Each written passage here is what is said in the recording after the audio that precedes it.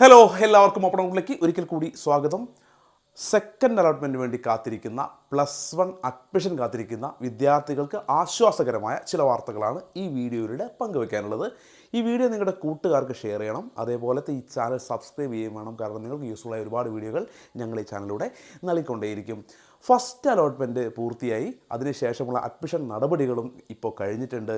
അതിനുശേഷം വിദ്യാഭ്യാസ വകുപ്പ് വളരെ പ്രധാനപ്പെട്ട ഒരു കണക്ക് പുറത്തുവിട്ടിട്ടുണ്ട്. ആ കണക്ക് പറയുന്നത് ആകെ അലോട്ട്മെൻറ്റ് നടന്ന 2,46,000-ലധികം സീറ്റുകളിൽ പകുതി സീറ്റുകളിൽ മാത്രമേ പെർമനൻ്റ് അഡ്മിഷൻ നടന്നിട്ടുള്ളൂ.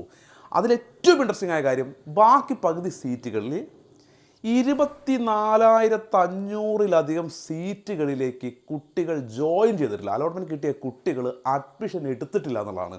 എന്താണ് അതുകൊണ്ടുള്ള ഗുണം? ഈ 24,500 സീറ്റുകളും സെക്കൻഡ് അലോട്ട്മെൻറ്റിൽ പുതിയതായിട്ട് കുട്ടികൾക്ക് അഡ്മിഷൻ കിട്ടും. അല്ലെങ്കിൽ ആഗ്രഹിച്ച സ്കൂൾ കിട്ടാത്ത പല കുട്ടികൾക്കും ആ സീറ്റുകൾ വരുന്നതോടുകൂടി അഡ്മിഷൻ കിട്ടാനുള്ള സാധ്യത വളരെയധികം വർദ്ധിക്കും. ചെറിയൊരു നമ്പറല്ല. 24,500, 24,900 എന്നാണ് എക്സാക്റ്റ് കണക്കെന്ന് എനിക്ക് തോന്നുന്നു. അത്രയും കുട്ടികൾ അഡ്മിഷൻ എടുത്തിട്ടില്ല. പല കാരണങ്ങൾ കൊണ്ടാവാം.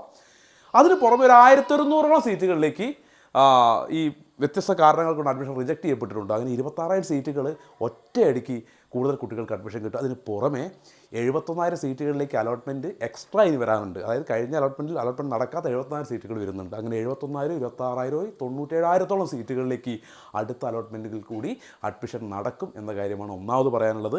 മറ്റൊരു പ്രധാനപ്പെട്ട കാര്യം, 96,000-ലധികം കുട്ടികൾ ടെമ്പററി അഡ്മിഷൻ എടുത്തത്. 96,000-ലധികം കുട്ടികൾ താൽക്കാലിക അഡ്മിഷൻ എടുത്തത്. അവരിൽ ഒരുപാട് കുട്ടികൾ മറ്റ് സ്കൂളുകളിലേക്ക് അഡ്മിഷൻ കിട്ടിയിട്ട് അടുത്ത അലോട്ട്മെൻറ്റ് മാറാൻ സാധ്യതയുണ്ട്.